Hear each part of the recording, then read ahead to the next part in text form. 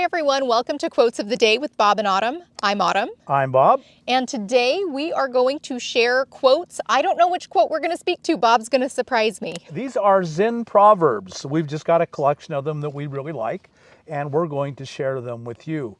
I'm a big fan of Zen. I know you are. Yes, very much. We hope you enjoy these as well. The student says, I'm discouraged. What should I do?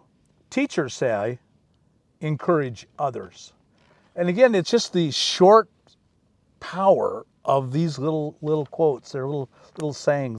Anytime there's a problem within me, my first thought is my eyes are focused too much on myself. I need to focus more on others. Now this is a broad statement. There are times when your attention must be focused on you. But I find that for myself, if I will lift my eyes up and look around at others and make an effort to make their life better, I feel better myself. And so there's a balance, and everything there's a balance. You can't just ignore yourself. I love that you chose this specific quote. On this paper, we have a list of, I don't know, maybe 11 or 12 quotes. And I thought, I bet that's going to be Bob's favorite quote. She knows me too well. Well, it's really the life you've lived. It's how I try to live my life. And I just think about so many of the stories that you've shared throughout time, like way back on CheapRVLiving and your story about how you started that channel.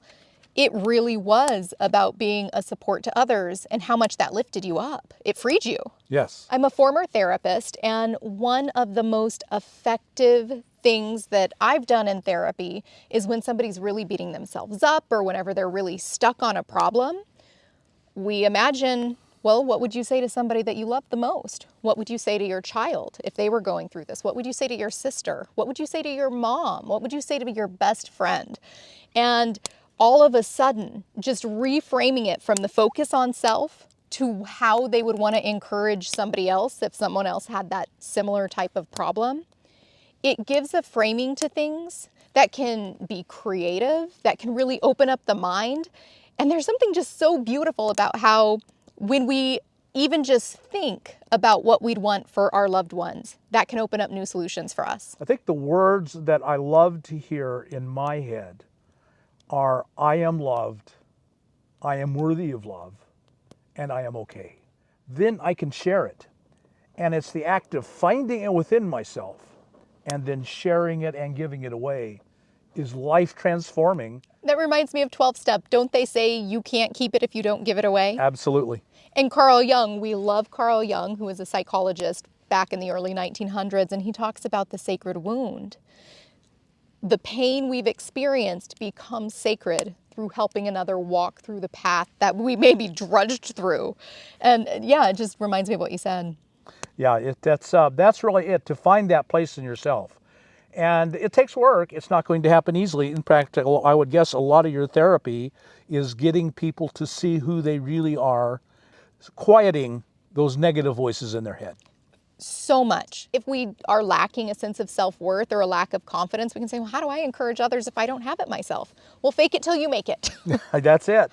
Yeah. That really is it. There's a lot of faking it till you make it. You had even shared something that made me think of the importance of objective analysis of our own mind. Because if we think we're too great or we think we're too awful, both of those first, they're lies. It's really good to know I've got some weaknesses and then actually have some levity and play with them. If you can acknowledge your weaknesses without shame, you're on the right path. And if you can acknowledge your strengths without arrogance, you're on the right path. And then you can become a source of joy and help to others. And then you can get on a positive feedback loop. You feel better about yourself. You help Joe to feel better about himself. And Joe is so grateful. He heaps on praise to you. And then you're feeling better about yourself. And then you've got this positive feedback loop with the people around you. And the opposite of that is, I feel bad about me. I'm taking from you, and then the people around you are running away because they can feel that you're there to take, or they want to take advantage of you then.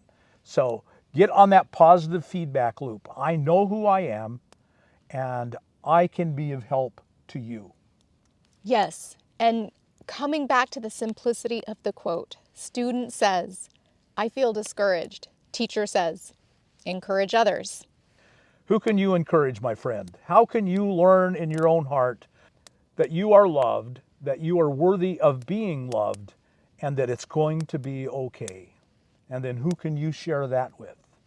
All right, folks, we hope you got something out of this video. If you did, let us know in the comments below. Also, share this video with your family and friends. We have a quote that comes out every single day. So subscribe if you haven't, hit that thumbs up button, and we will see you tomorrow on the next quote of the day. Bye now.